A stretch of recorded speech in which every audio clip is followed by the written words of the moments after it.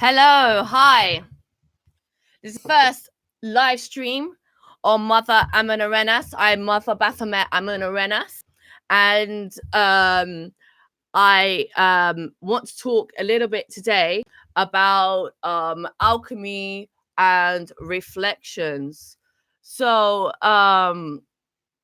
first off, I just want to start by saying that this particular stream is inspired by what's happening right now to us at this time. And I know, so I'll start with the date. Today, the date is Tuesday, the 5th of November, 2019, and I'll just there's a lot of people right now who I've been speaking with and observing as well, noticing online and in personal life as well, that seem to be having a lot of issues with external, well, this for lack of better words, let's just say external forces. So others who maybe are not like appreciating them, or maybe are just kind of not listening,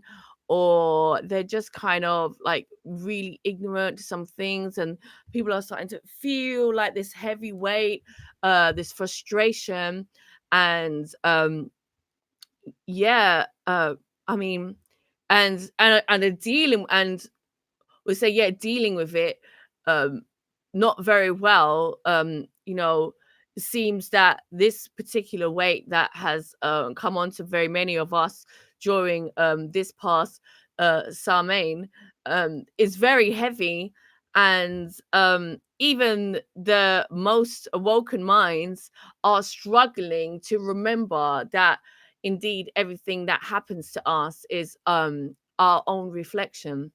So I just want to give you a little bit of a foundation before I completely come in and explain to you how this works. So basically, we're all one energy, and this energy that not just lives within us but is us is in every single person, and is every single person, every single being. And so there are two states which we are constantly living in. This is the true duality, this idea that we are like good and bad and dark and light, has something to do with like positive and negative. It kind of is, but it's not. It's that lies more in the realms of oneness, and the spectrum of like good and bad and positive and negative can be totally dependent on perception, and indeed at what part of the cycle you're in. So if you are in a downwards part of your cycle, and you were to ignore all of those parts, and you just continue on living as if we are on the upwards part of the cycle, then indeed that would be negative, because you're not actually dealing with and learning from the things that you're experiencing in the downwards part of your cycle. Remember, our cycle as well is just like the earth plane. Yeah, is where we go through stages and we go through seasons of our own lives and our own ascension of consciousness. So these two states will look like this. We will have the seemingly individual person, to which our soul she creates, and this this person has to be very, very unique. First of all, of course, very unique, because that gives us more diversity within our universal personality. We're trying to really create and expand upon our consciousness, and and be as much as we can be in the best way. And to do that, we need variety. So there's one state of us where we see ourselves and we're seemingly separated from others and very individual and unique. There's the other state, there's the other state that lies underneath this state. So this the first state actually is more we should say more to do with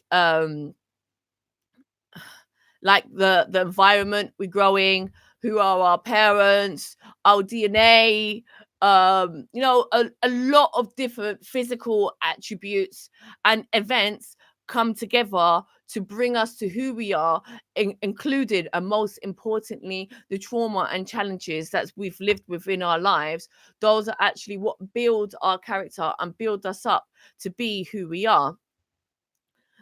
So taking away all of those things, stripping us right down back, you know, back, taking out the trauma that's in our DNA, taking out the cultural values and traditions that our parents instilled in us, taking out the experiences that we've had in our life. There is a one soul underneath that she is everything and it's all one. And have had exactly the same physical attributes and experiences within our journey, we would indeed for that reason become the same person. All right. So we are always living in these states, these two states. And what happens is whilst we're kind of like in our downwards part of our cycle of consciousness, we seem ourselves really more as in the first state. We can forget that we are actually just this one energy and drawing our energy towards us all the time, and we can feel as if we've been cut off, pushed away, even isolated. And then these can bring on a sense of worry and a sense of worry and a sense that, hopelessness, that things are just going to be like that forever and nothing is ever going to work out right. And yeah, these are where all the anxieties and depression come from. Of course, our original state, she actually brings all of these feelings to us, and they are completely natural as well, and to help to push us into those states of anxiety. Because when we get fired up and when we're in pain, that allows us an avenue to where we can connect more to our consciousness. But to be able to connect, one must still need to be able to remember that we are living in the second state as well, that we are actually this energy that is together with us. So now, what does this have to do with reflections, you might be thinking? Okay, so now I've laid the foundation. Well, what it is that uh whilst we're on our journey, we're living our best life, we're doing everything that we can do to make things better. Finally, now we've got we get to a position and we say, oh, like I'm having some trouble here, like I don't know what's going on. And we can kind of feel a bit lost. We can feel a bit lost in those moments. But we need to kind of like remember, that we're never lost, and that can bring us back then to in a standing that everything that's coming into us is a literal conversation with ourselves, from the ether, from ourselves to ourselves. And the more annoying it is, the more personal it is, the more important it is. So this is the time, Samhain is a time where we are purging, we are releasing, we are also harvesting. We're harvesting all of the good stuff. So we've got all of this energy and stress and lots of things that we're going through, and we find ways to bring it to the surface so that we can look at it all. We can look at all our stuff and like, okay, well, I want this, but I don't want this. So I'm going to get rid of this and I'm going to keep this and carry on. And this is what Samhain is all about. So this is the cycle of what's happening with everyone right now. And it's also an indicator and a lesson that we can use and carry from moment to moment, all throughout the year, throughout our lives, and to eternity. Yeah. So it's very, very important that now that we pass this moment, that we actually take heed of these lessons and we instill them into our daily lives. So, like, I mean, best way to do this, I'll give an example, like, of myself. I've been really testing myself a lot about patience. And I think that, like, I would say I'm a pretty um I try to be patient, but I think I'm a pretty impatient person because I'm a quite fast learner. And that can be very, very frustrating when I'm in an environment where others are learning slower. So I'll just use that example. So it's a very general example, and maybe there are some others out there that can really relate to me on this one. I'd imagine so. I mean, this was an issue for me throughout my whole life, through school and everything else, that actually I would become so bored in my lessons that I would end up not doing anything, and consequently left those lessons not really doing anything in the end, or starting out really well in the beginning, losing patience kind of halfway through, and then leaving it all because just I was just kind of frustrated, and with the feeling that as well that maybe that those lessons were not good enough for me. And I I can admit now that those are indeed, excuses and things that I needed to see. And as time has gone by now, I can get to see them a bit. And, I would say that those people that come around us, that are within our vicinity, learning with us and are moving a bit slower, are teaching us to be a bit slower, and teaching us to take a little bit more time, and teaching us to look deeper at some things and remember where we came from as well. So you'll see, just in the same way that they come to us with a lesson for us, a teaching for us, exactly the same can be said with everything that we're learning from that conversation never stops. It's like a meditative conscious conversation that never stops, and it just keeps applying. Every time you come to a realization, you apply straight away, and then more questions and consequently answers come, which can be applied straight away, and it's an ever building process. And when you're thinking in this mind, you're thinking now in the second state. You're thinking now as energy, as divine feminine energy, as creative energy. You're creating this conversation with self that is allowing to give birth to new thoughts and even an ascension of your thought process and how you do that. And yeah, that just applying this to your daily challenges, it just really helps to lift the weight a lot more.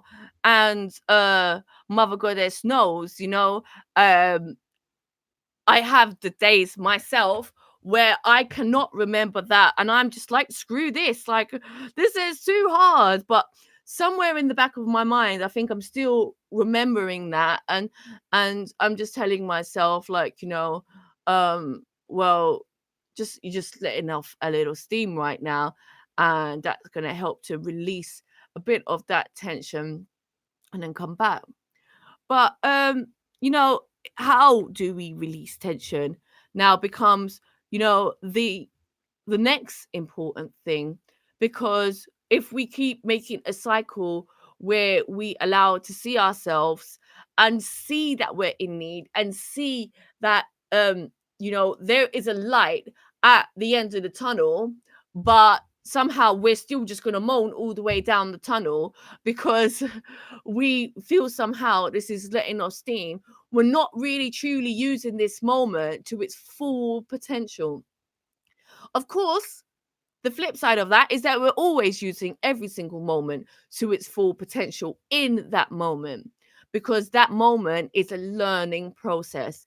And when we are making mistakes, it's not really a mistake, it's just an event for us to see what the consequence of that mistake will look like. Problem is with this particular consequence is that it doesn't really look like anything. It just looks like the same thing we've already been living and again and again. And it would be easy to not see that it's a repetitive cycle, but rather just see that nothing is happening and think, okay, well, nothing's just happening, so kind of just like everything's just frozen. I'm just left here to rot, you know. We can get we can get very pessimistic with ourselves sometimes. But I tell you this, it is hard work. It is hard work in that moment to go breathe, and then um basically, like, just remember who you are, and then go, I'm gonna just try and just not be upset. I'm just, because like all of these emotions just totally block the clarity of what is happening now. And as much as we are so in love with these emotions, I mean, they're so beautiful. Whilst we're making the mistakes, they're just great. They write the best stories, and they tell us so much about our personality and our spirit. But yeah, they block us from what we're supposed to be doing right now. That this energy can either be that addition to that story talking of our vulnerability, or it can be a moment of higher empowerment, and we can really get some really positive downloads from some of these negative experiences. Okay, so I mean, the best advice I always say to anybody is this: when someone is upsetting you, is just to remember that you can't change them. You cannot change another person and what they're doing. Dot dot dot dot dot in the moment. Because of course we're all here to help to change one another. All here to help us rise up and become better people, so that we can have less frustrations and deeper communications. But in that moment is not made for you to change them. That moment was made for you to change yourself. Um, there are questions that can be asked if people are bringing us down or making us feel bad, or even just not appreciating us for who we are. We ask ourselves, do we need to be around these people? Is this my vibration? I mean, this is the first question I always ask myself. I just say, because I just want to know if it's worth it. If if that person is not giving something to your life, then that's not worth it. If there's not a positive aspect for yourself in helping that person to become closer and one with you, so where you're communicating effectively, then it's not worth it. There should be some type of reward for having this link together. And if they're not, really, that person is coming to you as a reflection of your own personal bad choices. If you are asking this question and you're saying to yourself, is this person bringing anything to my life? And the answer to that question for you is no. The real message is you are making bad personal choices about the vibration and things that you are including into your life. And that doesn't just mean just people. It could be anything. It can be your job. it can be your workplace, it can be your hobby, it can be how you like to have fun, it can be anything, it could be something menial, it can just be just like your outlook on how you look at things. You are likely, yeah, inviting in negative forces into your space, and that person is there to show you that that is the message. But then, of course, Mother Goddess don't just stop at that, because she's lovely. When she brings you pain, she makes sure that she squishes all the most that you can get into that moment. And the higher we raise in consciousness, the less pain with the more messages we get to. The lower we are in our consciousness, the more pain with the least message. But that least message will be a big message. So she still makes it fit, because she want to rise. We want to rise. We want to do better. Okay. Right. So not only that, there will be some other questions to ask as well. You might like to think about, what do you think? You might be saying, this person's really annoying me, they're really frustrating me. Why are they frustrating you? Well, they're frustrating me because they're lying. Okay. Somewhere in your life, then, you've just found that you're not totally honest. So the thing is with alchemy and reflections is that you must be prepared that when you do what you do, to see those reflections in life and see them reflected back at you. Sometimes those reflections are even necessary. Sometimes we need people to block us, to stop us from going ways. So don't feel bad about anything that you're doing. Just know that the moment of realizations brings you closer to being the optimum version of yourself. So in that moment when you're going, I don't like how they lie, it's really frustrating, just to get a truthful, honest answer out of them. If you really want to change that, you've got to be honest with yourself. Okay. So it might not be that you're telling lies. It might just be that you've got some shit going on inside that you're not being honest with yourself in. This is the messages that come in our reflections. I'll try another one. Potentially, let's say, oh, okay, I don't like that. That's ugly to me. That's ugly.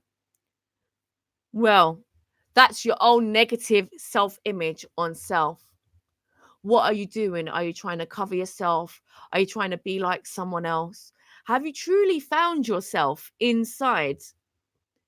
This At that moment, this is when we start to realize, when we get deeper into these questions and we start questioning our reflections so we can really see what's going on.